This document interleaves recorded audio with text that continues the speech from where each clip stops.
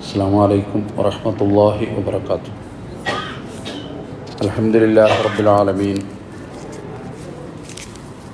വസ്സലാത്തു വസ്സലാമു അലാ അഷ്റഫിൽ മുർസലീൻ വഅലാ ആലിഹി വസഹ്ബിഹി അജ്മഈൻ.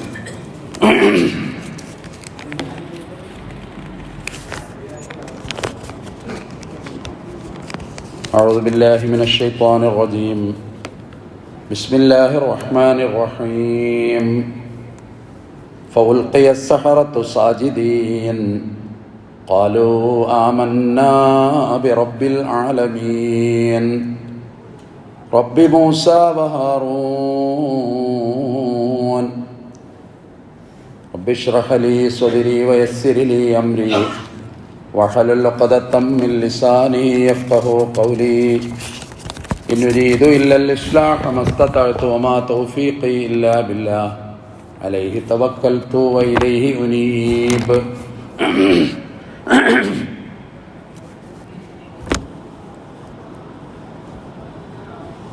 أيد الله بقوم قادة وسادة هاجروا وجاهدوا وناصروا للملة باذلوا لدينهم نفوسهم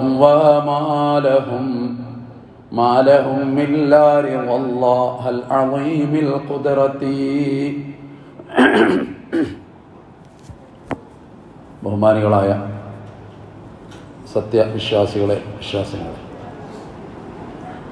അള്ളാഹുവിൻ്റെ അപാരമായ അനുഗ്രഹത്താൽ പരിശുദ്ധ റമദാൻ വിട പറയുന്ന ഈ സന്ദർഭത്തിൽ നമ്മൾ ഒത്തുചേർന്ന ഈ കൂട്ടായ്മ അള്ളാഹു ഇത് കബൂൽ ചെയ്ത് അനുഗ്രഹിക്കുമാറാകട്ടെ. റമദാൻ വന്നു, നമ്മളിൽ ചെറിയ ചില സ്വാധീനങ്ങളുണ്ടാക്കി. അതിപ്പോൾ വിട പറയുകയാണ്. വേർപാട് എന്നും മനുഷ്യന് അസ്വാസ്ഥ്യമുണ്ടാക്കുന്നതാണ്, അത് പ്രയാസമുണ്ടാക്കുന്നതാണ്. വിരഹം മനുഷ്യൻ്റെ ജീവിതത്തിലെ ദുഃഖമാണ്. വെള്ളപുതച്ച് പിതാവിനെ കൊണ്ടുപോകുന്നത് ഓർമ്മയാവും. മാതാവിനെ അങ്ങനെ കൊണ്ടുപോയതും നമ്മുടെ ഉള്ളിൽ ഒരു വിങ്ങലാകും. ജീവിതമെന്ന് പറയുമ്പോൾ അങ്ങനെ ഒരുപാട് വിരഹങ്ങളാണ്. പരിശുദ്ധ ഖുർആൻ പറയുന്നൊരു വാക്കുണ്ട്, ലഖദ് ഖലഖനൽ ഇൻസാന ഫീ കബദ്. ക്ലേശം സഹിക്കേണ്ട നിലയിലാണ് അള്ളാഹു നിങ്ങളെ സൃഷ്ടിച്ചിട്ടുള്ളത്. അത് ഈ ജീവിതത്തിൻ്റെ ഒരു ഭാഗമാണ്. അതിൻ്റെ സഹനമാണ് വിജയം എന്ന് പറയുന്നത്. അവിടെയാണ് വിശ്വാസി വിജയിക്കുന്നത്. അവൻ തളരാതെ നിൽക്കുന്നത്, അവൻ പതറാതെ നിൽക്കുന്നത്. ജീവിതത്തിൻ്റെ അന്ത്യത്തെക്കുറിച്ചോ ആത്മഹത്യയെക്കുറിച്ചോ അവന് ചിന്തിക്കാനാവാത്തത് അതുകൊണ്ടാണ്. അവൻ സഹിക്കണം, അവൻ ക്ഷമിക്കണം. ഇസ്ബിറു വസ്വാബിറു വറാബിത്തു. ക്ഷമിക്കണം, സഹിക്കണം, സഹകരിക്കണം, സജ്ജരാകണം. ഖുർആൻ പറയുന്ന വാക്കാണ്. പ്രത്യേകമായ സന്ദർഭങ്ങളിൽ ഖുർആൻ അതൊക്കെ ഓരോ ജനവിഭാഗത്തോടും എടുത്തു പറയുന്നത് കാണാം. ഒരു വിശ്വാസം ഒരു മനുഷ്യന്റെ ഉള്ളിൽ വരുമ്പോൾ അവനുണ്ടാകുന്ന വലിയ വലിയ സ്വാധീനങ്ങളുണ്ട്. അത് ചെറുതല്ല. അത് പ്രവാചകൻ സല്ലല്ലാഹു അലൈഹി വസല്ലമയുടെ കാലം മുതൽ, അതിനു മുന്നേ മുതൽ, മനുഷ്യ ചരിത്രം മുതൽ നമുക്കറിയാവുന്നതാണ്. ഖൻസാ എന്ന് പറയുന്ന ഒരു ധീര വനിതയുടെ കഥയുണ്ട്. ജാഹിലിയ കാലം മുഴുവൻ മരണപ്പെട്ടു പോയ സഹറിനെ ഓർത്ത് വിലാപം പാടിയവളാണ്. അറബ് സാഹിത്യത്തിൽ മർസിയ എന്ന് പറയുന്ന ഒരു ഭാഗമുണ്ട്. ഷഅറുൻ മർസിയ എന്ന് പറഞ്ഞാൽ അനുശോചന കാവ്യം എന്നാണ്. മരണപ്പെട്ടവരെ കുറിച്ച് ഇത്രമേൽ മനോഹരമായിട്ട് അറബി പാടുന്നത് പോലെ ലോകത്തൊരു ഭാഷയിലുമില്ല. അതൊരു പ്രത്യേക സാഹിത്യ ശാഖയുടെ ഭാഗമാണ്. അനുശോചന കാവ്യം എന്നാണ് അതിന് പറയാറുള്ളത്. തുമാദിർ ബിൻത് അംർ ബിൻ ശരീദ് എന്ന് പറയുന്ന ആ ധീര വനിത, അവരുടെ പ്രിയങ്കരനായ സഹോദരൻ സഹറിന്റെ വേർപാട്, അതവർക്കുണ്ടാക്കിയ ദുഃഖവും വിഷമവും ആദിയും വ്യാധിയും, അത് അറബ് സാഹിത്യത്തിലെ മർസിയത്തിന്റെ കഥ വായിക്കുമ്പോൾ മരുഭൂമി മുഴുവൻ പ്രകമ്പനം കൊള്ളുന്ന, പ്രതിധ്വനിക്കുന്ന അനേകം കാവ്യശകലങ്ങളുണ്ട്. യുദക്കിറുനി തുലൂഅ ശംസി സഖറാ وأنذبه لكل غروب شمس സൂര്യൻ ഉദിച്ചു വരുമ്പോൾ ഞാൻ എൻ്റെ സഹറിനെ ഓർക്കുകയാണ്. സഹോദരനാണ്.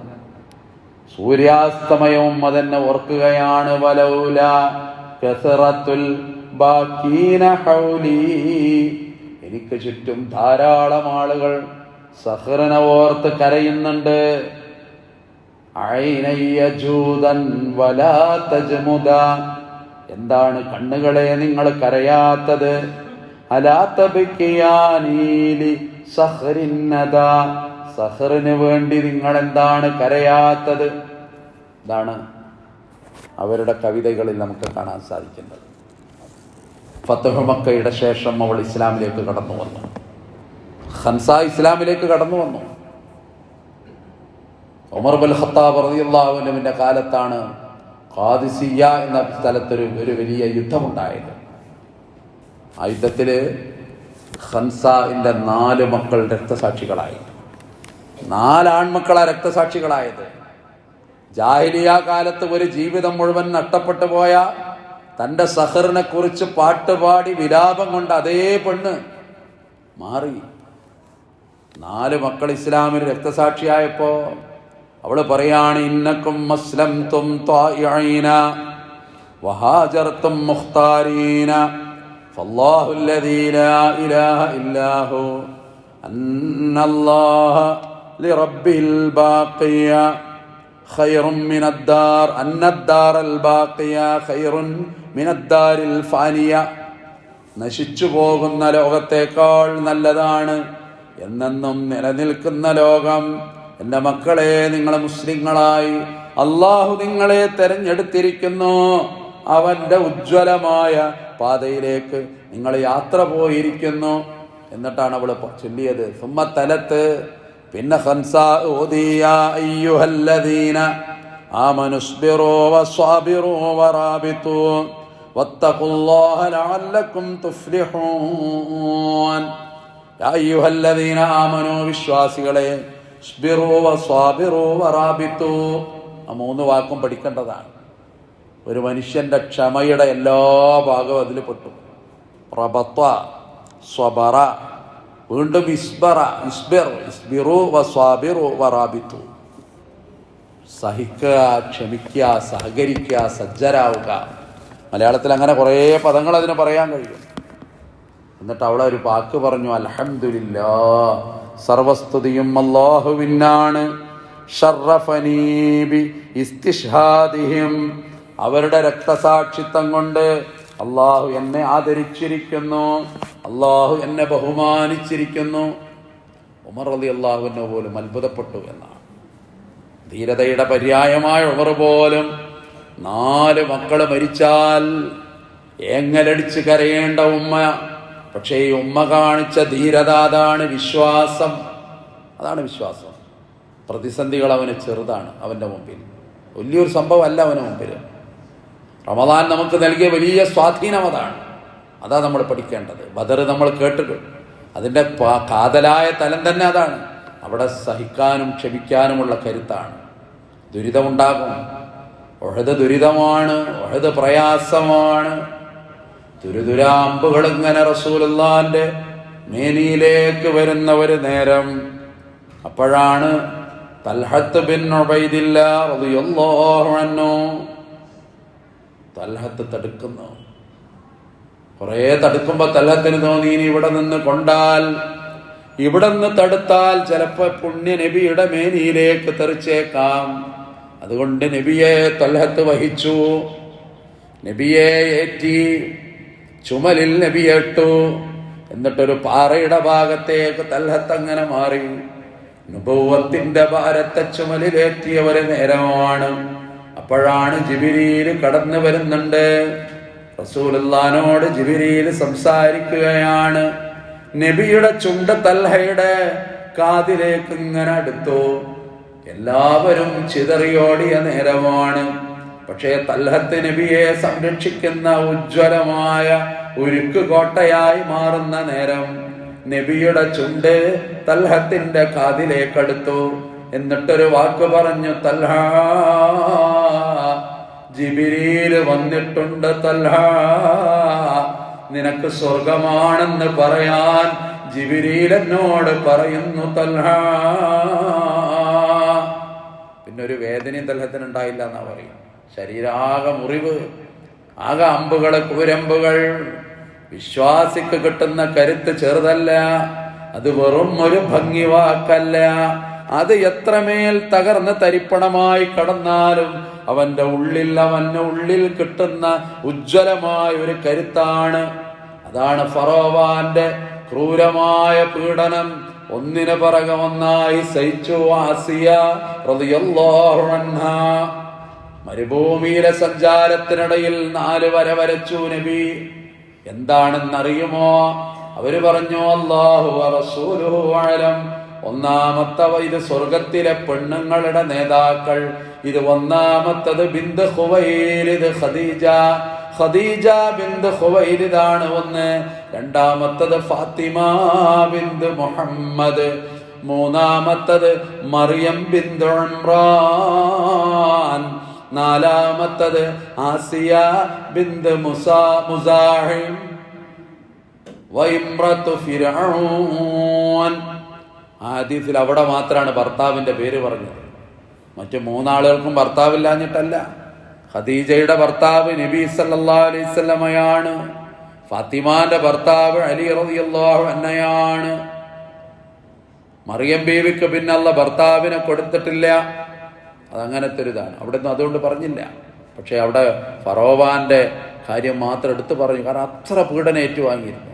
പക്ഷെ ആ നേരത്തെ അവര് പറഞ്ഞൊരു വാക്കുണ്ട്, റബ്ബി ബിനിലി ഇൻദക ബൈതൻ ഫിൽ ജന്ന.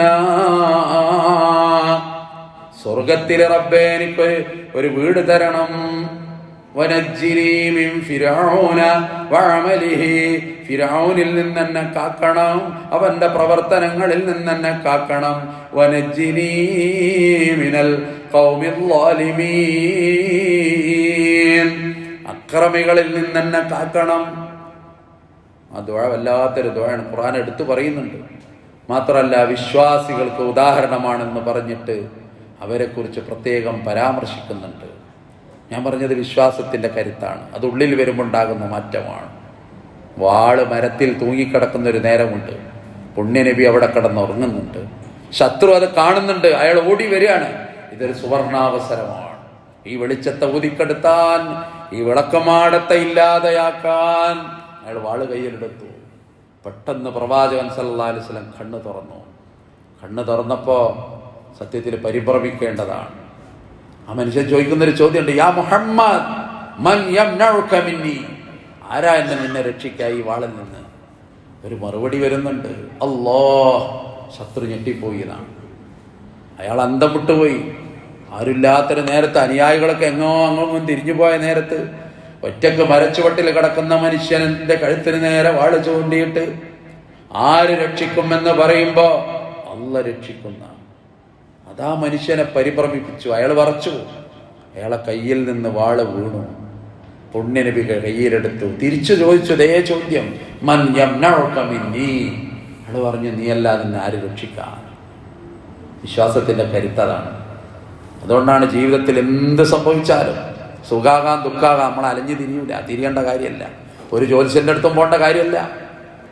കാരണം അത് പോയാൽ വിശ്വാസത്തിന് തകരാറ് പറ്റും. 40 ദിവസത്തെ അമലുകൾ നഷ്ടപ്പെടും. അല്ലേ? ജ്യോത്സ്യം ബോർഡ് വെച്ചിരിക്കണുണ്ട്. ഓൻ അന്നത്തെ അരിക്കായിനാണ് ഇരിക്കുന്നത്.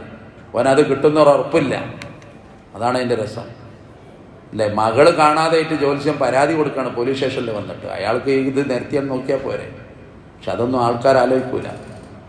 അവിടെയാണ് ഈ കരുത്തുള്ള വിശ്വാസത്തിൻ്റെ കരാരിരുമ്പിൻ്റെ കരുത്തും ശക്തിയും നമ്മൾ ഉൾക്കൊള്ളുകയും മനസ്സിലാക്കുകയും ചെയ്യേണ്ടത്. റമദാൻ നമുക്ക് നൽകിയ കരുത്തതാണ്. ഈ റമദാൻ പടിയിറങ്ങുമ്പോൾ നമുക്ക് നൽകി പോകുന്ന കരുത്തും അതാണ്. അതുകൊണ്ട് ജീവിതത്തിൽ എന്തുമേൽ ത്യാഗങ്ങൾ വന്നാലും അത് സഹിക്കാനുള്ള കരുത്ത് അതുണ്ടാകണം.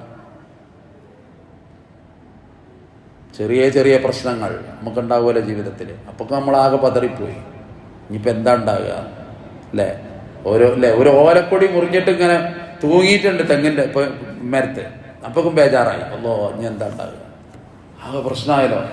ഓലക്കൊടി തൂങ്ങി നിൽക്കുന്നുണ്ട് എന്നുള്ളതാണ് ബേജാറ്. ഇങ്ങനെ ചെറിയ പ്രശ്നങ്ങൾ വലിയ സംഭവങ്ങളായി മാറും.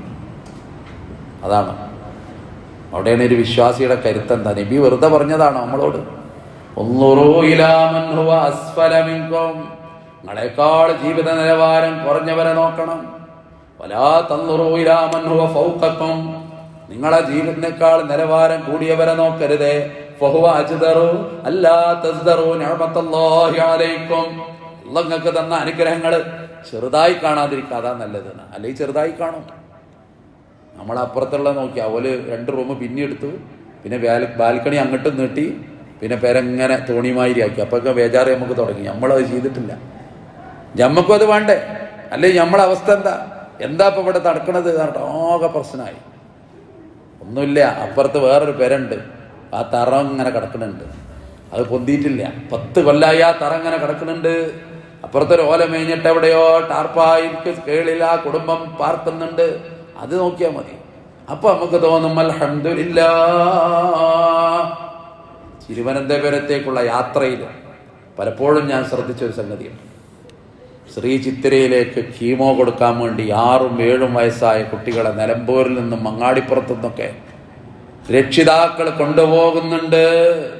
ആ കാഴ്ച ഒന്ന് കണ്ടാൽ മതി, നമ്മളെവിടെയാണ് നമുക്കപ്പം അറിയും.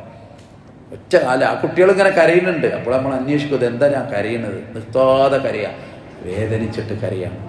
കളിക്കേണ്ട പ്രായം, ഓടി നടക്കേണ്ട പ്രായം, കളിച്ചിരികളുടെ പ്രായം.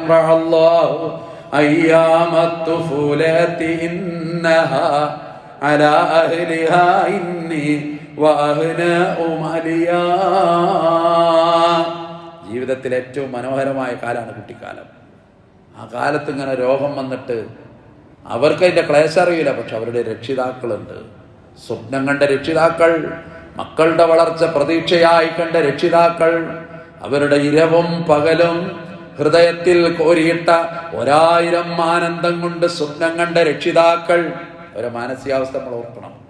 അപ്പൊ നമുക്ക് തോന്നും നമ്മളെവിടെയാണ്? സ്വർഗത്തിന്റെ നടുവിലാണ് നമ്മൾ തോന്നിപ്പോകും. ചെറിയ ചെറിയ ബുദ്ധിമുട്ടുകളായി നമുക്കുള്ളൂ. ഇമാം ഷാഫി റഹിമഹുള്ളയുടെ മനോഹരമായൊരു ഭാവനുണ്ട്.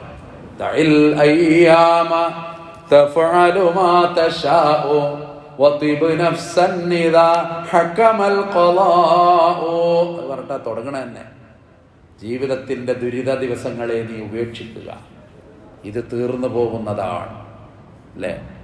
ഈ സമയവും കടന്നു പോകും. കൊറോണ ഉണ്ടായപ്പോഴും വെള്ളപ്പൊക്കം ഉണ്ടായപ്പോഴും മലയാളികൾ എഴുതിയിരുന്നു. അത് അക്ബർ ചക്രവർത്തിയുടെ രാജകൊട്ടാരത്തിൽ ബീർബൽ മന്ത്രി എഴുതി എന്ന് കാണുന്നു.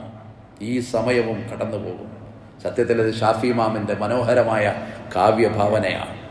നൂറ്റാണ്ടുകൾക്ക് മുമ്പ് ആ മനുഷ്യൻ പറഞ്ഞതാ, ദഇൽ അയ്യാമ, ദിവസങ്ങളൊക്കെ വെറുതെ വിട്, ദുരിതങ്ങൾ അതിലുണ്ടാകും, പക്ഷേ അത് നീങ്ങിപ്പോകുന്നതാണ്. എന്നിട്ട് ഇങ്ങനെ പറഞ്ഞു വന്നിട്ട് പിന്നൊരു വാക്ക് പറയുന്നുണ്ട്, അത് മനോഹരമാണ്. ഇദാ മാ കുൻത ദാ ഖൽബിൻ ഖനൂഇൻ ഫഅൻത വമാലികുദ് ദുനിയാ സവാഉ. അല്ലാഹു നിനക്ക് തന്നത് കൊണ്ട് നിനക്ക് തൃപ്തിപ്പെട്ടാൽ നീയും രാജാവും ഒരുപോലെയാണ്. അൻത വമാലികുദ് ദുനിയാ, ഈ ലോകത്തിലെ രാജാവും നീയും സമസമമാണ്, സവാ സവാ. ആ ഒരു കനാഴത്ത് അത് വലിയൊരു ഭാഗ്യമാണ്, അല്ലെങ്കിൽ അസ്വാസ്ഥ്യമാണ്. അതുകൊണ്ട് റമളാൻ നമുക്ക് ചെലുത്തിയ സ്വാധീനം അത് നമ്മളുടെ വാക്കുകളുടെ നന്മയാണ്. നല്ല വാക്ക് പറയാൻ നമ്മൾ പരിശീലിക്കുകയാണ്. ചീത്ത വാക്ക് പറഞ്ഞവന് നോമ്പിന്റെ സ്ഥാനമില്ലെന്ന് റസൂലുള്ള പഠിപ്പിച്ചതാണ്. നല്ല വാക്ക് പറയാൻ പഠിക്കണം. ഖൂലു ഖൗലൻ സദീദൻ, നല്ല വാക്ക് പറയാം. യുസ്ലിഹ് ലക്കും അഅ്മാലക്കും, അത് നിങ്ങളെ പ്രവർത്തനങ്ങളെ നന്നാക്കും. വയഗ്ഫിർ ലക്കും ദുനൂബക്കും, നിങ്ങളെ പാപങ്ങളെ അല്ലാഹു പുറത്തു തരും. നല്ല വാക്ക് പറഞ്ഞാൽ മതി, അപ്പോഴേക്കും നിങ്ങൾ നന്നാവും, പ്രവർത്തനം നന്നാവും. പിന്നെയോ അല്ലാഹു നിങ്ങളുടെ പാപങ്ങൾ പുറത്തു തരും. പ്രചോദനം കൊടുക്കണം എപ്പോഴും ആളുകൾക്ക് നല്ല വാക്കുകൊണ്ട്. മുസ്ലിങ്ങൾ തമ്മിൽ 6 കടമകളുണ്ട്, നമ്മൾ കുട്ടിക്കാലം മുതൽ കേൾക്കണതാ. അല്ലെങ്കിൽ സലാം പറയല് നമുക്കറിയാം, പറയലുണ്ട്, മടക്കലുണ്ട്. മരിച്ചോടത്ത് പോകല് നമുക്കറിയാം, അതും നമ്മൾ ചെയ്യലുണ്ട്. പക്ഷെ അതിലൊരു പ്രധാനപ്പെട്ട സംഗതി ഉണ്ട്, ക്ഷണിച്ചാൽ ക്ഷണം സ്വീകരിക്കലും നമുക്കറിയാം. അതിലും നമ്മൾ പോകലുണ്ട്, തിന്നലുണ്ട്, പോരലുണ്ട്. പക്ഷെ അതിലൊരു പ്രധാനപ്പെട്ട ഒരു സംഗതി ഉണ്ട്, എന്ത് അറിയോ? നിന്റെ സഹോദരൻ നിന്നോട് ഒരു ഉപദേശം ആവശ്യപ്പെട്ടാൽ ഫഅൻസിഹു, അവനെ നീ നസീഹത്തോടുകൂടി ഉപദേശിക്കുക. വലിയൊരു പോയിന്റാണ് കേട്ടോ. ഒരാൾ ഇടങ്ങേറായിട്ടാണ് നമ്മളടുത്ത് വരുന്നത്. ഞാൻ ആകെ ഇടങ്ങേറായിക്കണോ, കട വിടുന്ന് ജപ്തി വിടുന്ന് അങ്ങനെ വരികയാണ്. അപ്പം നമ്മൾ ആ നേരത്താണ് പറഞ്ഞവനോട് ഇജ്ജ് അത് വിറ്റള, ഞാൻ എടുത്തോണ്ട് എന്ന്. എങ്ങനെ ഉണ്ടാ സൂര മനസ്സാലോചിച്ച് നോക്കണം.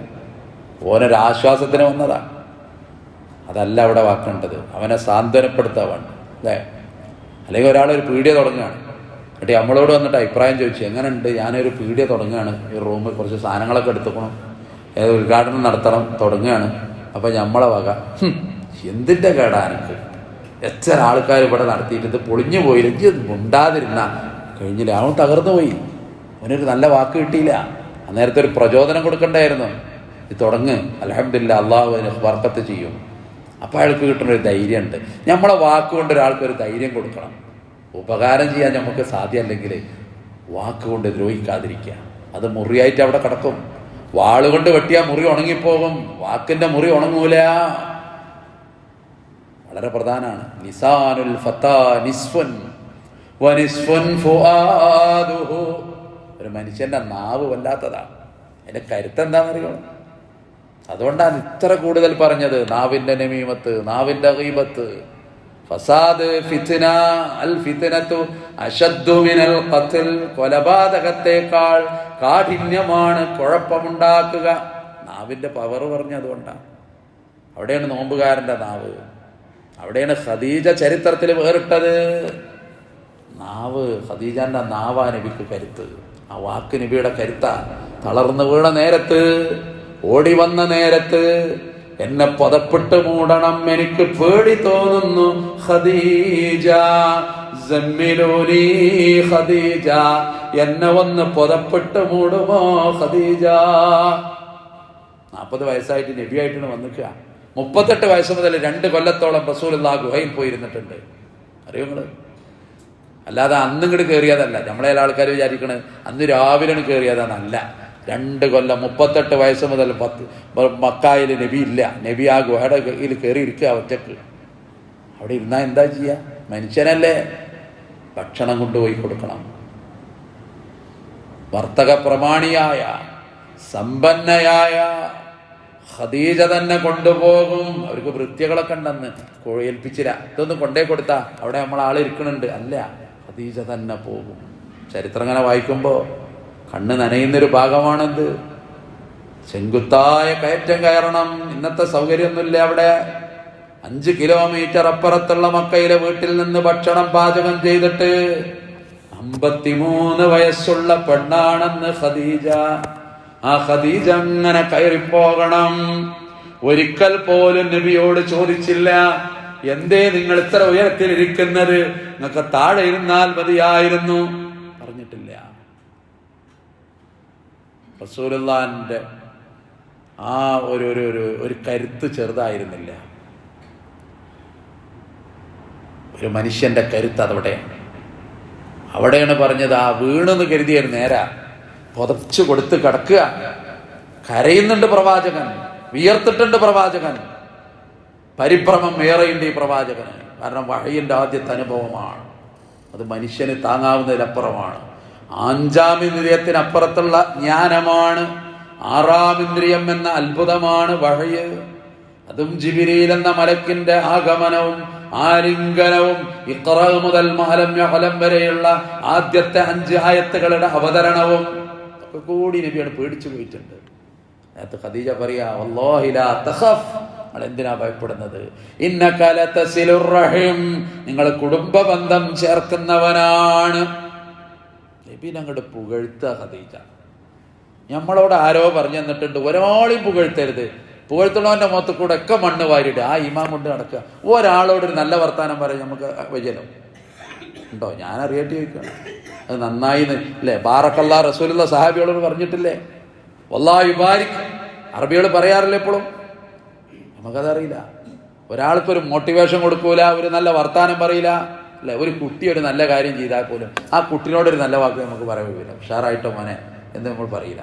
നമ്മൾ പറയും എന്താ അറിയാം, പയർ ഉണ്ടാക്കിയപ്പോൾ ഇത്ര വലിയ പയർ എന്തിൻ്റെ കേടാനൊക്കെ പെരയിൽ ആരും ഇല്ലാത്തപ്പോൾ ഈ പാവം ഓളന്നെ പയറുമണി ഓളെന്നാണ് നേരാക്കി പയറൊക്കെ പൊട്ടുണ്ടാക്കിയിട്ട് അപ്പം ഉമ്മ കഴിഞ്ഞിങ്ങനെ ഉമ്മാരുടെ ഒരു വരവുണ്ട്. അത് കഴിഞ്ഞിട്ട് ഇങ്ങനെ നോക്കിയിട്ടൊരു ഡയലോഗാണ്, ഓ ആകെ 4, 3, 10, 24 കഷ്ണാക്കിയിട്ട് ആകെ കൊളായാലോ, ഇനി മേലിലെ ഓളൊരു പണിക്ക് ദുനിയാവിൽ നിന്ന് നിങ്ങൾക്ക് പെരയിൽ കിട്ടൂല. നമ്മളാണ് ആ കുട്ടീനെ അങ്ങനെ ആക്കിയത്. ഒരു നല്ല വാക്കാ, ഇത് കുഴപ്പമില്ല ഉഷാറായിക്കണേ അല്ലെ. ഈ ഭാര്യ ഒരു സ്ഥിരിട്ടോന്ന് വിചാരിക്കാം, ഒരു ഉദാഹരണം പറയുകയാണ് കേട്ടോ അല്ലേ. അപ്പൊ കഷ്ടകാലത്തിന് എന്ത് ചെയ്തു, അത് ആ 5 ഇങ്ങോട്ടാക്കാൻ മറന്നു. അപ്പൊ അതങ്ങനെ തേച്ചപ്പോൾ അവിടെ ഒരു ഓട്ടയായി. പിന്നെ അതിഞ്ഞ് ഇടാൻ പറ്റിക്കൊള്ളുന്നില്ല. നമ്മളത് ഇടാൻ നോക്കണ നേരത്തെ അവിടെ ഒരു ഓട്ടയായി. അതിൽ 4 വർത്താനം കൽപ്പിച്ചു കൂട്ടിയിട്ട് ഇങ്ങനെ ആക്കിയതാണ്. നല്ലൊരു ഷർട്ടായിരുന്നു അത്. അങ്ങോട്ട് ഇങ്ങോട്ട് ജീവിതത്തിൽ ഇഞ്ഞൊരു സ്ത്രീ അവിടെ അല്ല, ഓനല്ല ഒറ്റക്ക് നിന്നിട്ട് കൊക്കി വരണ്ട ഇങ്ങനെ ഇടേറിഞ്ഞ്. അതല്ലെങ്കിൽ അവിടെ ഒരു ഓട്ടയാ. സാരല്ല അമ്മോ, വേറെ ഷർട്ടുകൾ കുറേ ഉണ്ടല്ലോ, അത് കുഴപ്പമില്ല, അത് സാരില്ല. അത് അവിടെ തീരണ പ്രശ്നമുള്ളൂ. ഇവിടെയാണ് ഈ പരിശീലനം എന്ന് പറഞ്ഞത്. ഇത് പ്രസംഗിക്കാൻ സുഖമാണ്, ജീവിതമായിട്ട് വരുമ്പോൾ വലിയ പ്രയാസമായി വരും. അവിടെയാണ് ഖദീജ അത്ഭുതമായി മാറിയത്. അവിടെയാണ് ഖുർആന്റെ ഒരു വാക്കുണ്ട്, മസലു കലിമത്തിൻ ത്വയ്യിബ. നല്ല വാക്കിന് അല്ലാഹ് ഉദാഹരണം പറഞ്ഞ എന്താണെന്നറിയോ, കശജറത്തിൻ ത്വയ്യിബ. നല്ല മരമാണ് നല്ല വാക്ക്. ഖുർആൻ നോക്കുന്നത് എന്ത് സാഹിത്യമാണത്. നല്ല വാക്ക് നല്ല മരമാണ്.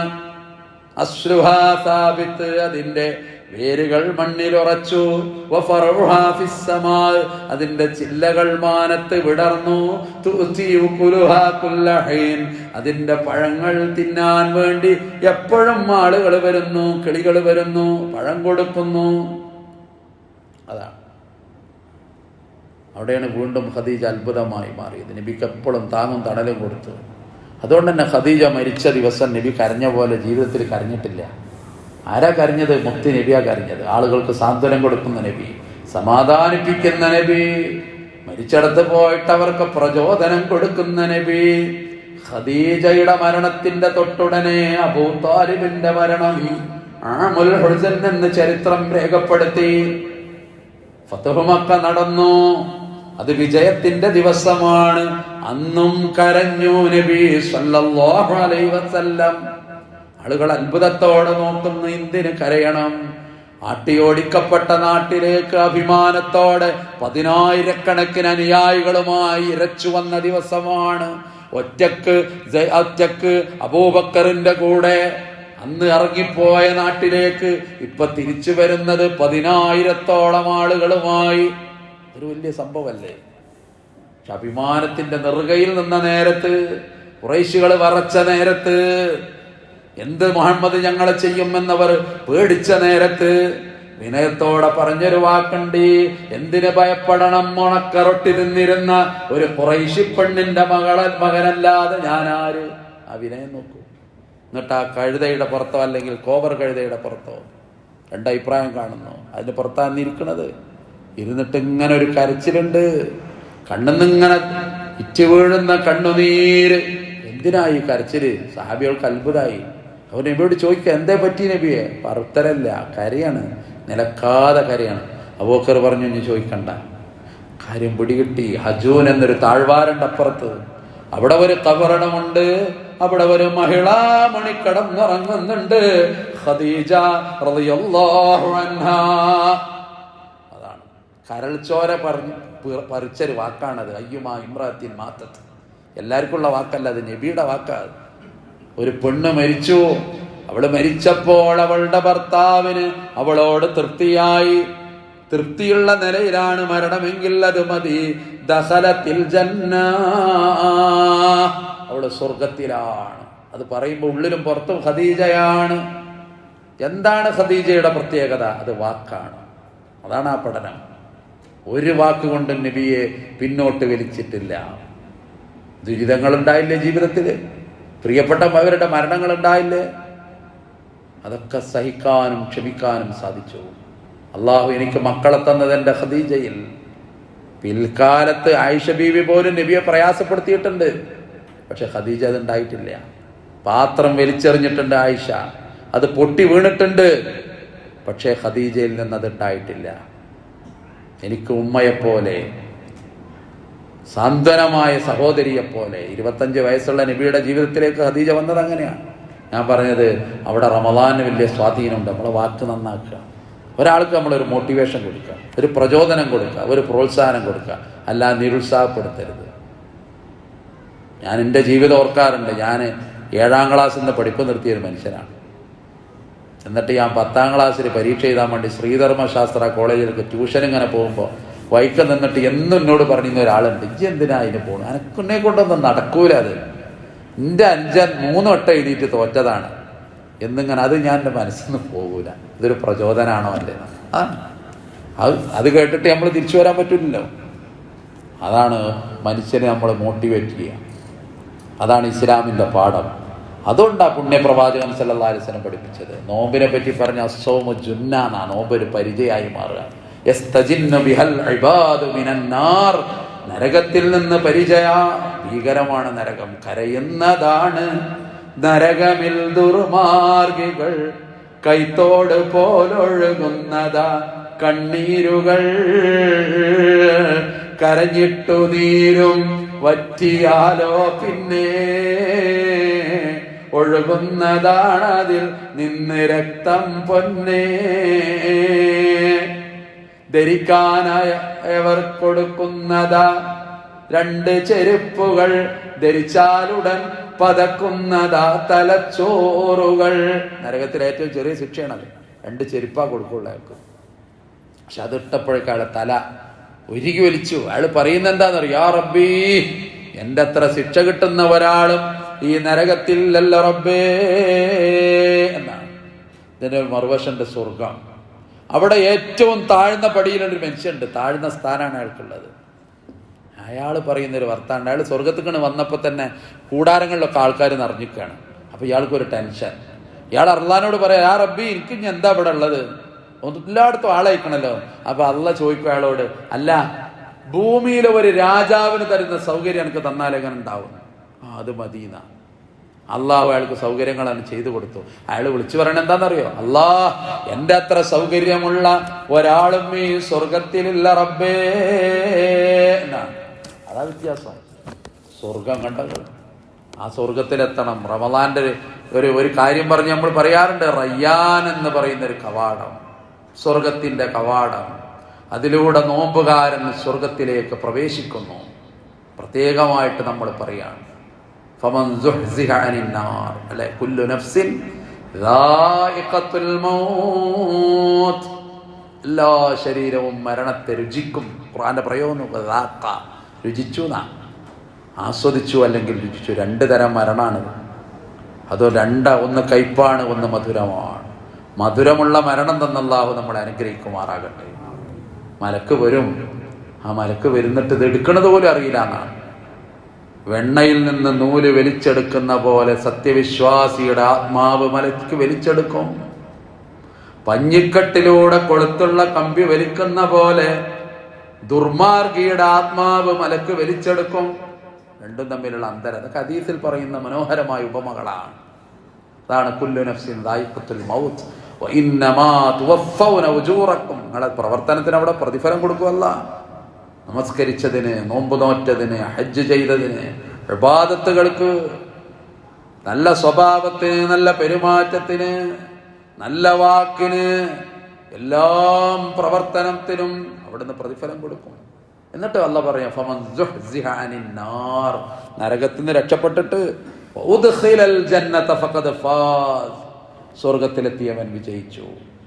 പിന്നെ ഓർമ്മപ്പെടുത്താ, വമൽ ഹയാത്തു ദുനിയ ഇല്ലാ മതാഉൽ ഖുറൂർ, ഈ ദുനിയാവ് ക്ഷണികമായൊരു വിഭവം, നൈമിഷികമായൊരു വിഭവമല്ലാതെ മറ്റെന്താണ്?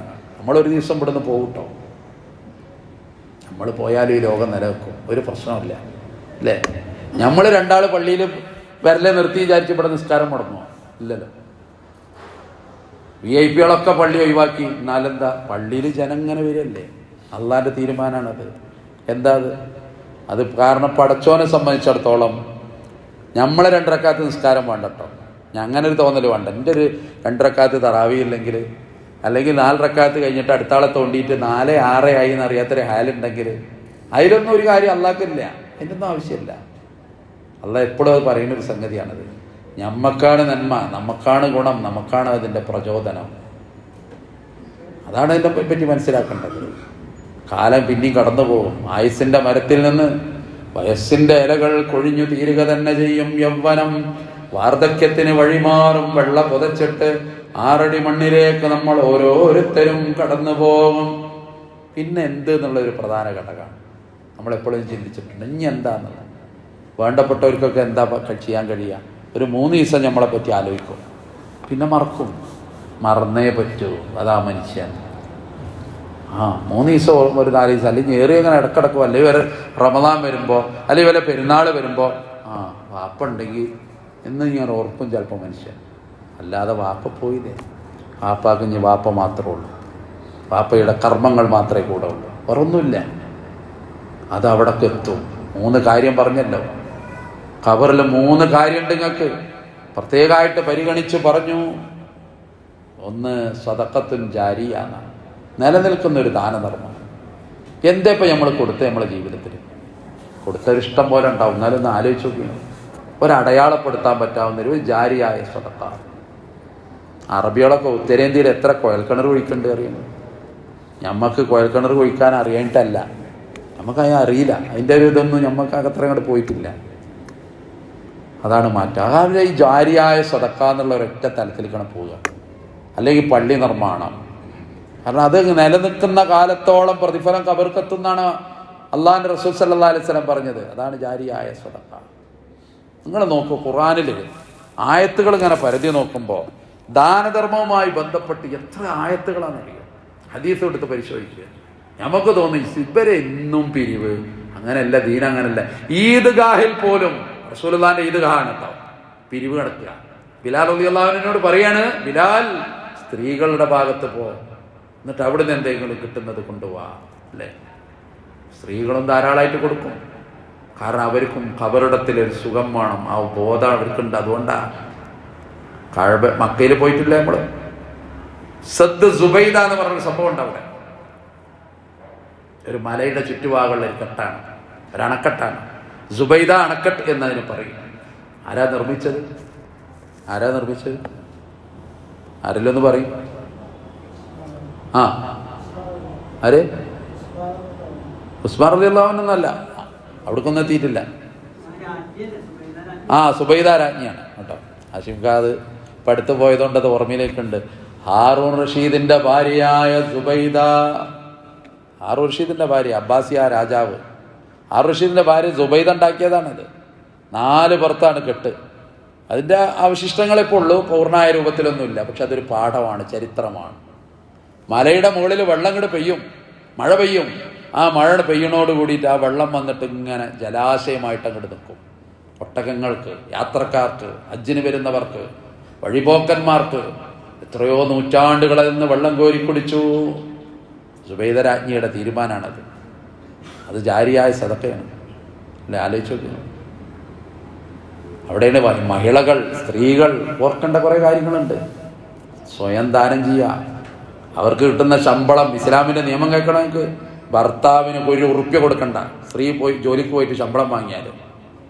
എനിക്ക് നല്ല പരിചയമുണ്ട്, നല്ല പുരോഗമന ആശയമുള്ള, വലിയ പുരോഗതി പ്രാപിച്ച, നവോത്ഥാനവും മറ്റൊക്കെ ഒക്കെപ്പാടെ ഞങ്ങളതാണെന്ന് പറയുന്ന ചില ആൾക്കാർ, ചില പാവം ടീച്ചർമാരെ, പിന്നെന്താ പറയുക, ATM കാർഡ് പോലും മൂപ്പരത്താണ്.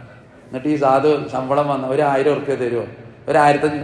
ആരാപ്പതെന്നറിയും. ഇവിടുത്തെ വിപ്ലവം ഉണ്ടാക്കണ, ഇവിടെയൊക്കെ എല്ലാവരും ജെൻഡർ ന്യൂട്രൽ എന്നൊക്കെ പറഞ്ഞിട്ട് നമ്മളെ പൊലിപ്പിക്കണ, പൂലിപ്പെടുത്തണ മഹാരഥന്മാരെ കഥയാണ് ഞാനീ പറയുന്നത്. അവിടെയാണ് ഇസ്ലാമിൻ്റെ നിയമം.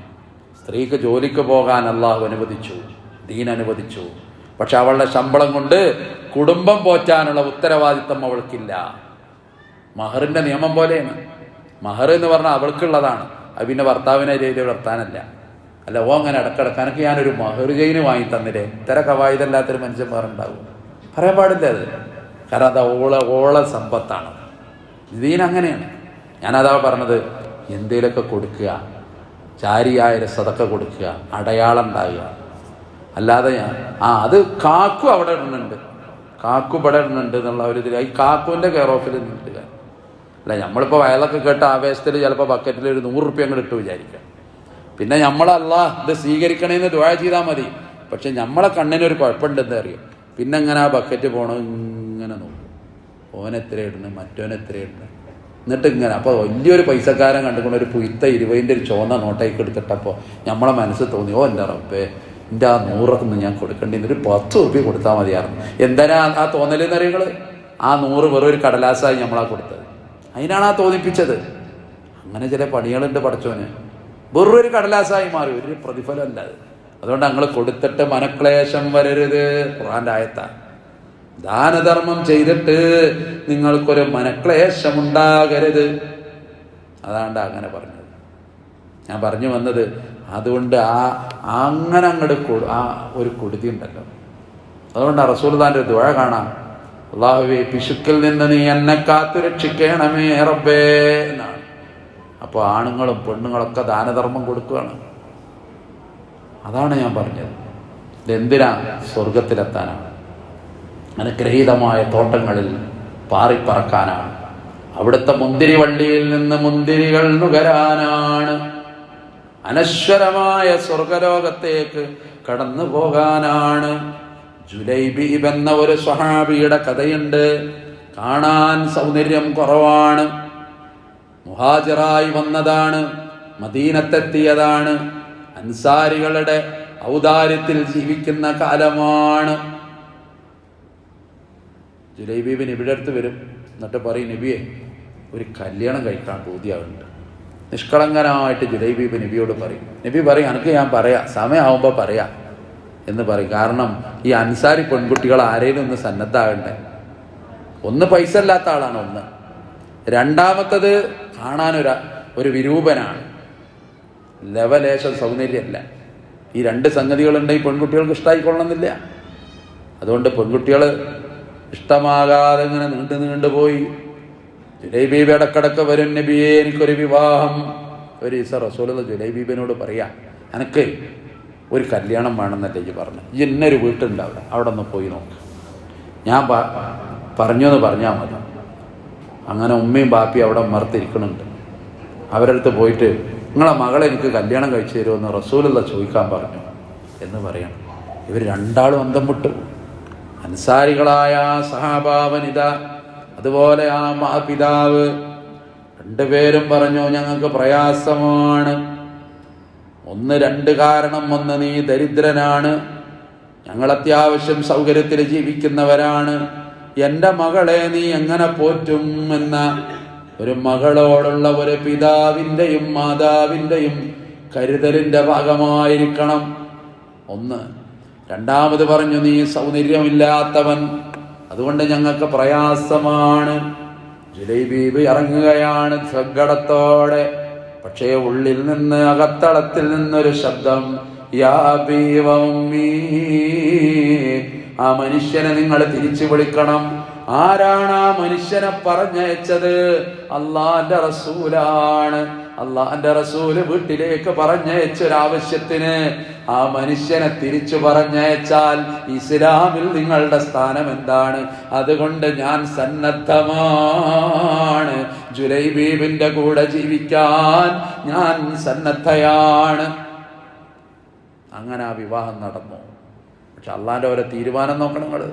വിവാഹത്തിന്റെ ആദ്യ രാത്രി തന്നെ യുദ്ധത്തിന്റെ വെളിയാളം മുഴങ്ങി. അപ്പോ എണീറ്റു ജുലൈബീബ് റളിയല്ലാഹു അൻഹു. രണാങ്കളത്തിൽ അടരാടി. യുദ്ധം കഴിഞ്ഞു. രക്തസാക്ഷികളുടെ മയ്യത്തുകൾ ഇങ്ങനെ കൊണ്ടുവരുന്നു. നബി ചോദിച്ചു, ഇനി ആരെങ്കിലും ഉണ്ടോ? ഇല്ല നബിയെ, ഇനി അവിടെ ശത്രുക്കളുടെ കുറെ മൃതദേഹങ്ങൾ ചിതറിക്കിടക്കുന്നു. മുഅ്മിനീങ്ങളുടേതാരും ഇനിയില്ല. നബി പറഞ്ഞു, അല്ല, ഒരു ചെറുപ്പക്കാരന്റെ മൃതദേഹം കിട്ടണം. വഹി എനിക്ക് വന്നിട്ടുണ്ട്, നിങ്ങൾ അതിനിടയിൽ പോയി തിരയണം. സഹാബത്ത് പോയി തെരഞ്ഞു.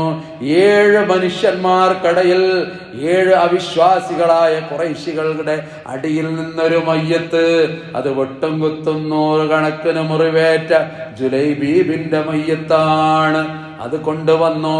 അപ്പൊ അവർക്ക് കാര്യം പിടികെട്ടി.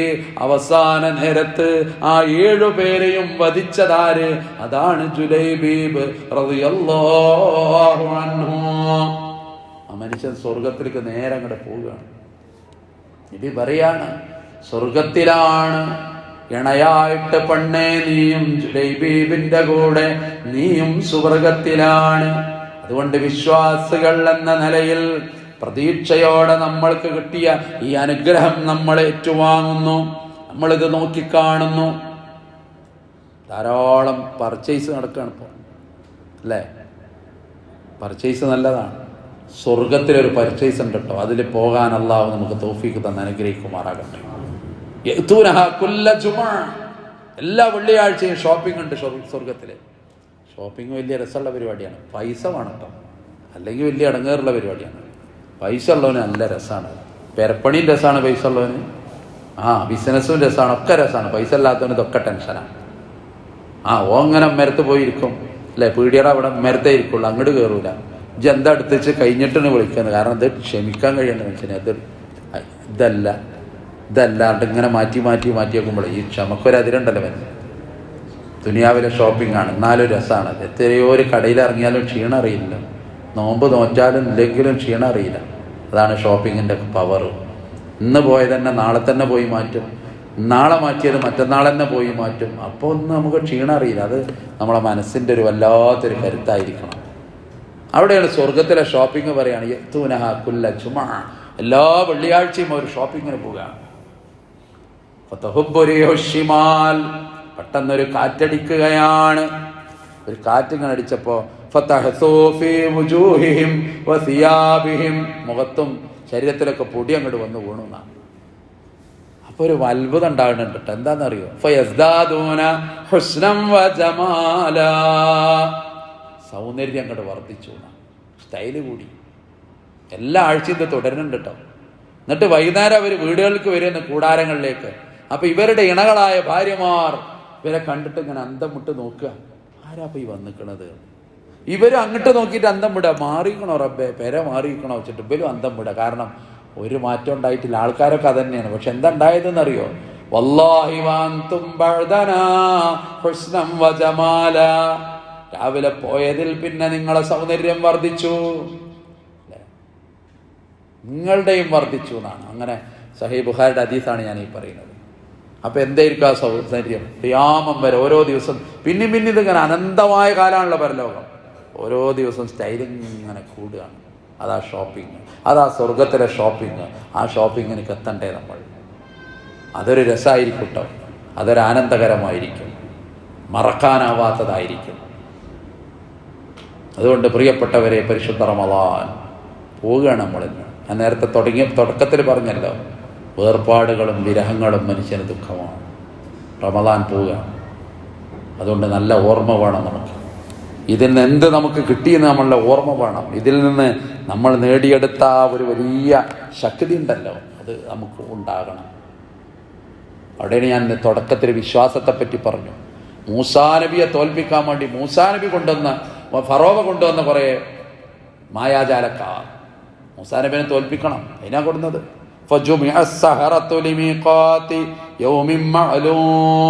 ഒരു നിശ്ചിത ദിവസം എല്ലാവരും ഒത്തുകൂടി. ഹൗസ് ബോയ് ചോദിക്കുക ഫറോവാനോട്, ഞങ്ങൾ എന്തായാലും മൂസനെ തോൽപ്പിക്കും, ഞങ്ങൾക്ക് എന്താ തരികയാണ് എഗ്രിമെന്റ്?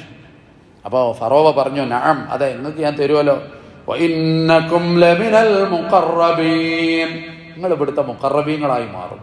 അത് മതിയായിരുന്നു അവർക്കന്ന്. കിരീടം വെക്കാതെ ലോകം അടക്കി ഭരിക്കുകയാണ് അന്ന് ഫറോവ, ആ മനുഷ്യൻ. അപ്പൊ ഇവരോട് പറയാ, നിങ്ങൾക്ക് എല്ലാം തരും, എൻ്റെ സാമീപ്യം നിങ്ങൾക്ക് ഉണ്ടാകും. അങ്ങനെ മത്സരം നടന്നു. പക്ഷേ ഫറോവാന്റെ ആളുകൾ പരാജയപ്പെട്ടു. മൂസാ നബിയുടെ മുഅ്ജിസത്ത് വിജയിച്ചു.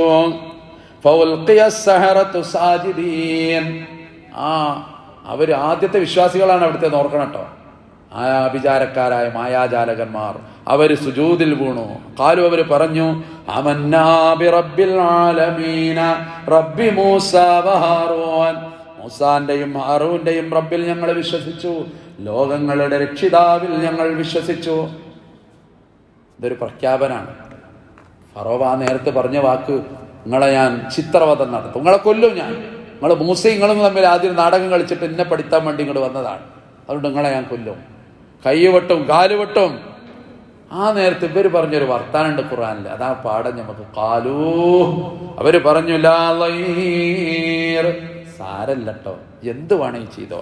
ഇന്നാ ഇലാ റബ്ബിനാ മുൻഖലിബൂൻ, ഞങ്ങൾ ഞങ്ങളുടെ രക്ഷിതാവിങ്കലേക്ക് പോവുകയാണ്. അതാണ് വിശ്വാസം.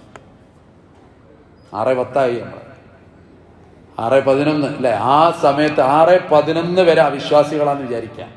6:11 ഒരു വിശ്വാസിയായെങ്കിൽ ആ ഒരു മാറ്റം ആലോചിച്ചു. എന്തൊരു ധൈര്യത്തിലാണ് ആ പറഞ്ഞത്. ഒരു പേടിയില്ല. ചിത്രവധം എന്ന് പറഞ്ഞ ഭീകരമായ ശിക്ഷ ഫറോവ നടപ്പാക്കാൻ തുടങ്ങിയപ്പോൾ അവർ പറയാ, ഇല്ല, ഞങ്ങൾക്ക് ഇനി ഒരു പ്രശ്നമല്ല. അനന്തമായ മൂസ പരലോകത്തെക്കുറിച്ച് അവരെ ഉള്ളിൽ മൂസാ നബിയുടെ മുഅ്ജിസത്തിന്റെ തണലിലും നിലാവിലും അവരുടെ ഹൃദയം ശുദ്ധീകരിക്കപ്പെടുകയാണ്. അതുകൊണ്ട് ഞാൻ പർച്ചേസിനെ പറ്റി പറഞ്ഞിട്ട് ഞാൻ നിർത്തുകയാണ്. അല്ലേ, നമ്മൾ പുതിയൊരു കാലത്ത് ശ്രദ്ധിക്കേണ്ട കുറച്ച് കാര്യങ്ങളുണ്ട്. നമുക്കത് അറിയില്ല, എന്താ ചെയ്യാന്നറിയില്ല. നമ്മളൊരു വിധി അങ്ങനെ ആയിരിക്കാം. എത്രയോ മക്കൾ അല്ലേ, ഈ പെൺകുട്ടികൾ മുഴുവൻ ഇപ്പോൾ പാൻ്റ് എടുത്തിട്ടാണ് വരുന്നത് കടയിൽ പോയിട്ട്. നമ്മൾ തന്നെ കായ് കൊടുക്കുന്നത്. അത് ആരോ പെറ്റിനോട് പറഞ്ഞു കൊടുത്തിട്ടുണ്ട്, പുരോഗതി വേണമെങ്കിൽ ടീഷർട്ടും പാൻറ്റും തന്നെ ഇടണം. ആണുങ്ങളെ കോലത്തിൽ പെൺകുട്ടികളെ ഇറങ്ങിയ വലിയ സംഭവമാണെന്നാണ് പെൺകുട്ടികളെ ധാരണ. എന്നാൽ എന്താ ഈ ആൺകുട്ടികൾ ഇതുവരെ ചുരിദാറിട്ട് നിങ്ങൾ കണ്ടിക്കണം, സാരി എടുത്തിട്ട് കണ്ടിക്കണം, ഒന്നുമില്ലല്ലോ. ഇതിങ്ങനെ ഉണ്ടാക്കിയ ഒരു സംഗതിയാണ് മനുഷ്യനെ ഫിത്നയിലാക്കാൻ വേണ്ടിയിട്ട്. റസൂലുള്ളാഹിന്റെ ഒരു ഹദീസ് അവിടെ മറക്കണ്ട. ആൺവേഷം ധരിക്കുന്ന പെണ്ണിനെയും പെൺവേഷം ധരിക്കുന്ന ആണിനെയും അല്ലാഹു ശപിച്ചിരിക്കുന്നു. നമ്മുടെ സംസ്കാരത്തിൽ നിന്ന് നമ്മൾ അറിയാതെ അങ്ങോട്ട് പറിച്ചു നടപ്പെട്ടു. പ്രിയപ്പെട്ടവരെ, ഒരു യാത്ര പോയോക്കി നിങ്ങൾ കാണുന്ന കാഴ്ചകൾ അത്ഭുതകരമാണ്. അവിടെയാണ് ഇപ്പോൾ ഈ ലഹരിയുടെ പ്രശ്നം.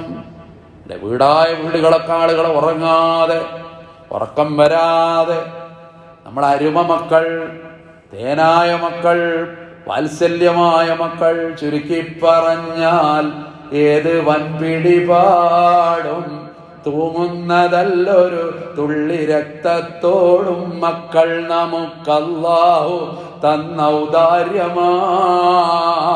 നഹലെന്ന സൂറത്തോതി നോക്കിയത് വ്യക്തമാ. ആ മക്കള് നമ്മളെ ശത്രുക്കളാകുകയാണ്. ചില വീടുകളാണ് കരയുന്നത്.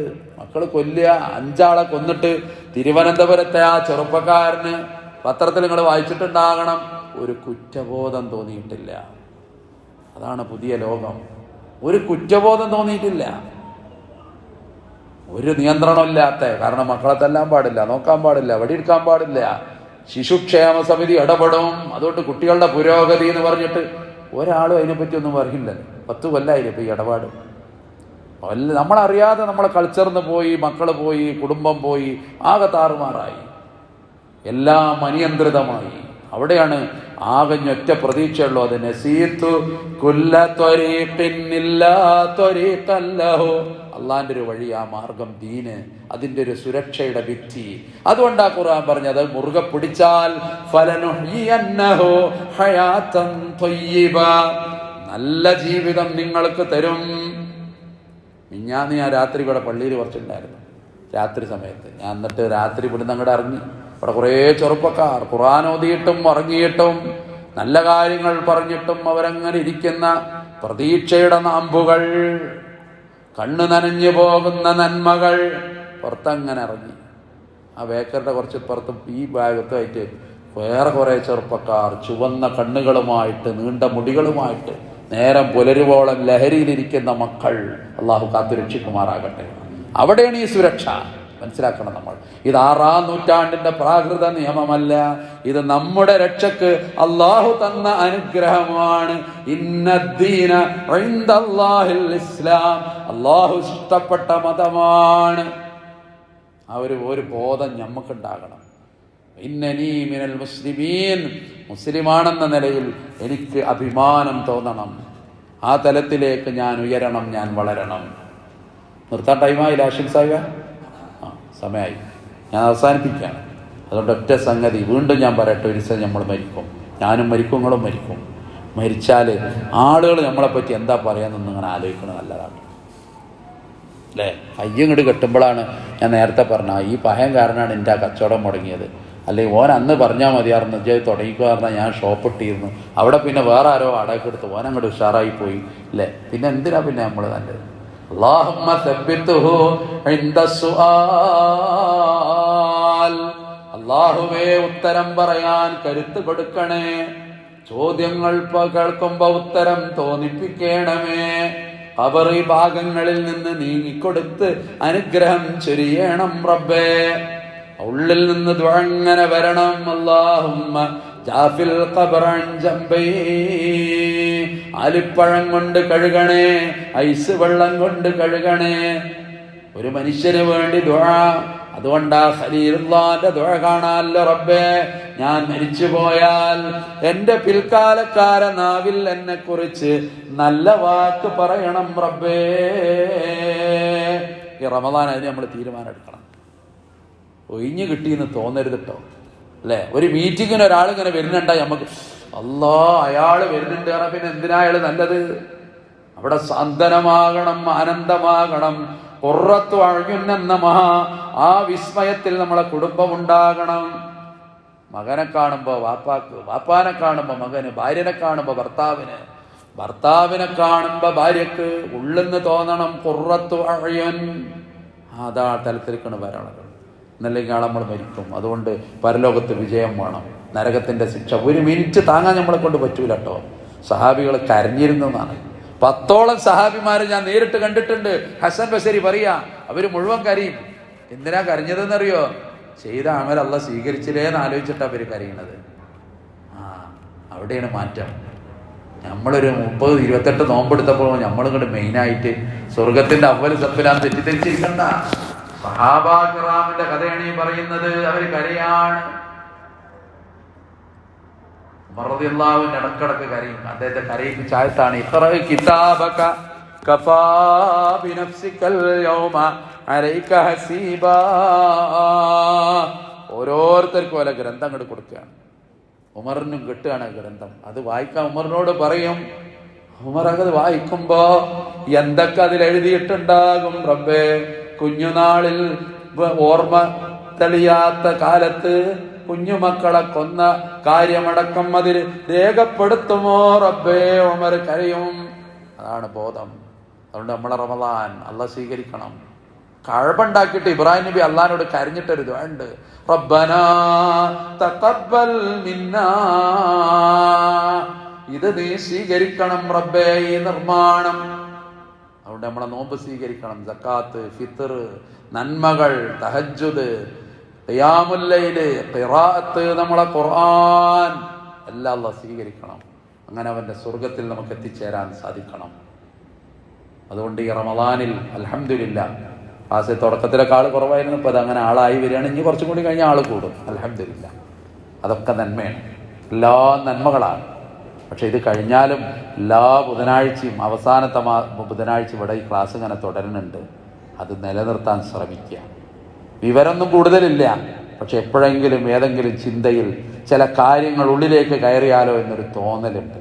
ചിലപ്പോൾ അത് സംഭവിച്ചേക്കാം, ചിലപ്പോൾ വെറുതെ ആയിരിക്കാം. എങ്കിൽ പോലും ഇങ്ങനൊരു ഇരുത്തുണ്ടല്ലോ, ഇത് വലിയൊരു ബർക്കത്തുള്ള സംഗതിയാണ്. അതും കൂടി മനസ്സിലാക്കാം. ഇന്നാൾ എന്നോട് ഒരാൾ പറഞ്ഞു, യൂട്യൂബിൽ ഇഷ്ടംപോലെ വയലുണ്ട്, നിങ്ങളൊരു ക്ലാസ്സിൻ്റെ ഒന്നും ആവശ്യമില്ല എന്ന് പറഞ്ഞു. അത് വെറുതെ തോന്നാണ്. മജ്ലിസുൽ ഇൽമി റൗളത്തുൻ മിൻ റിയാദിൽ ജന്നാന. ഈ ഒന്നിച്ചിട്ടുള്ള ഇരുത്തുണ്ടല്ലോ, സഹനം അല്ലെ, അഭിരുചികൾ വ്യത്യസ്തമാണ്, താല്പര്യങ്ങൾ വ്യത്യസ്തമാണ്. മൗനത്തിന്റെ വാൽമീകത്തിൽ നമ്മളെല്ലാം ക്ഷമിക്കുകയാണ്. അതുകൊണ്ട് ഈ കൂട്ടായ്മ അല്ലാഹു നിലനിർത്തി തന്ന് അനുഗ്രഹിക്കുമാറാകട്ടെ. നമ്മുടെ ഈ ദഅവത്ത് നല്ല നിലയിൽ ഈ നാട്ടിൽ മുന്നോട്ട് പോകാൻ അല്ലാഹു അനുഗ്രഹിക്കുമാറാകട്ടെ. വളർന്നു വരുന്ന നമ്മുടെ മക്കൾ നല്ല മക്കളായി ദീനും ദുനിയാവുമുള്ള മക്കളാക്കി തന്ന് അല്ലാഹു അനുഗ്രഹിക്കുമാറാകട്ടെ. ആ മക്കളെ കൊണ്ട് കൺകുളിർമയുള്ള സൗഭാഗ്യം തന്ന് അല്ലാഹു നമ്മളെ അനുഗ്രഹിക്കുമാറാകട്ടെ. പരിശുദ്ധ ദീൻ മുറുകെ പിടിച്ച് മരണം വരെ ജീവിക്കാൻ അല്ലാഹു നമുക്ക് ഏത് പരീക്ഷണ കാലത്തും കരുത്ത് പ്രദാനം ചെയ്ത് അനുഗ്രഹിക്കുമാറാകട്ടെ. ലോകത്തിന്റെ നാനാഭാഗത്ത് കഷ്ടപ്പെടുന്ന കുറേ പാവങ്ങളുണ്ട്. ഗസയിലെ പാവം പെൺമക്കളുണ്ട്, കുഞ്ഞുമക്കളുണ്ട്. എന്താണ് ജീവിതം എന്നറിയുന്നതിന് മുമ്പേ ബോംബ് വർഷം കൊണ്ട് നഷ്ടപ്പെട്ടു പോയ ഒരുപാട് ജന്മങ്ങളുണ്ട് അവിടെ. അല്ലാഹു അവരുടെയൊക്കെ പ്രയാസങ്ങൾ ദൂരീകരിച്ചു കൊടുത്ത് അനുഗ്രഹിക്കുമാറാകട്ടെ. അല്ലാഹു നമുക്ക് തന്ന ഈ ഖൈറും ഈ ബർക്കത്തും ഈ സമാധാനവും ഈ അനുഗ്രഹവും ഇതിന്റെ വിലയറിയാനുള്ളൊരു മനസ്സെങ്കിലും പടച്ചവൻ നമുക്ക് തോന്നിപ്പിച്ചു തന്ന് അനുഗ്രഹിക്കുമാറാകട്ടെ. ഈ അല്ലാഹ് തന്ന സൗകര്യങ്ങൾ ഉപയോഗപ്പെടുത്താൻ, ഇത് നിലനിർത്താൻ, ഈ ദീനിന്റെ മാർഗത്തിൽ അടിയുറച്ചു നിൽക്കാൻ, ഈ മസ്ജിദിന്റെ പരിപാലനത്തിൽ ഒന്നിച്ചു നിൽക്കാൻ അല്ലാഹു നമുക്ക് തൗഫീഖ് തന്ന് അനുഗ്രഹിക്കുമാറാകട്ടെ. ഈ പരിശുദ്ധ റമദാൻ പരലോകത്ത് അനുകൂലമായി സാക്ഷി പറയുന്ന ഭാഗ്യവാന്മാരുടെ കൂട്ടത്തിൽ അല്ലാഹു നമ്മളെ ഉൾപ്പെടുത്തി അനുഗ്രഹിക്കുമാറാകട്ടെ. മരിച്ചുപോയ കുറെ ആളുകളുണ്ട്. ഈ കോംപ്ലക്സിൽ ഞാൻ ആദ്യമായി വരുമ്പോൾ 2 മുഖങ്ങൾ ഞാൻ എന്ന് ഓർക്കും. ഒന്ന് സുബൈർക്കയും ഒന്ന് അപ്പുറത്ത് സുലൈമാനിക്കയാണ്. 2 പേരും തമാശ പറയും, അതിൻ്റെ ഇടയിൽ കുറേ ചിരിക്കും. 2 പേരും 6 അടി മണ്ണിൽ കിടക്കുന്നു. അള്ളാഹു അവരുടെ ഖബറിടം സ്വർഗ്ഗതുല്യമാക്കി കൊടുത്ത് അനുഗ്രഹിക്കുമാറാകട്ടെ. അതുപോലെ സൈഫുക്ക, അതുപോലെ പ്രിയപ്പെട്ട ഒരുപാട് ആളുകൾ ജീവിതത്തിൽ നമുക്ക് നമ്മളായ മാതാപിതാക്കൾ മെഴുകുതിരി പോലെ ഒരുക്കിത്തീർന്നവരുടെ ജീവിതം. ഒരു നല്ല ഭക്ഷണം അവർ കഴിച്ചിട്ടില്ല, ഒരു വാഹനത്തിൽ ആ പാവങ്ങൾ കയറിയിട്ടില്ല, ഒരു മൊബൈൽ അവർ ഉപയോഗിച്ചിട്ടില്ല. അങ്ങനത്തെ കുറേ പാവങ്ങൾ 6 അടി മണ്ണിൽ കിടക്കുക. അള്ളാഹു പരലോകത്ത് സ്വർഗം കൊടുത്ത് അവർക്ക് അനുഗ്രഹം പ്രദാനം ചെയ്ത് കൊടുക്കുമാറാകട്ടെ. സ്വർഗത്തിലെത്താൻ അള്ളാഹു നമുക്ക് തൗഫീഖ് തന്ന് അനുഗ്രഹിക്കുമാറാകട്ടെ. അല്ലാഹുമ്മ റബ്ബനാ തഖബ്ബൽ മിന്നാ ഇന്നക അൻതസ് സമീഉൽ അലീം വതുബ് അലൈനാ ഇന്നക അൻതത് തവ്വാബുർ റഹീം. വആഖിറു ദഅ്വാനാ അനിൽ ഹംദുലില്ലാഹി റബ്ബിൽ ആലമീൻ.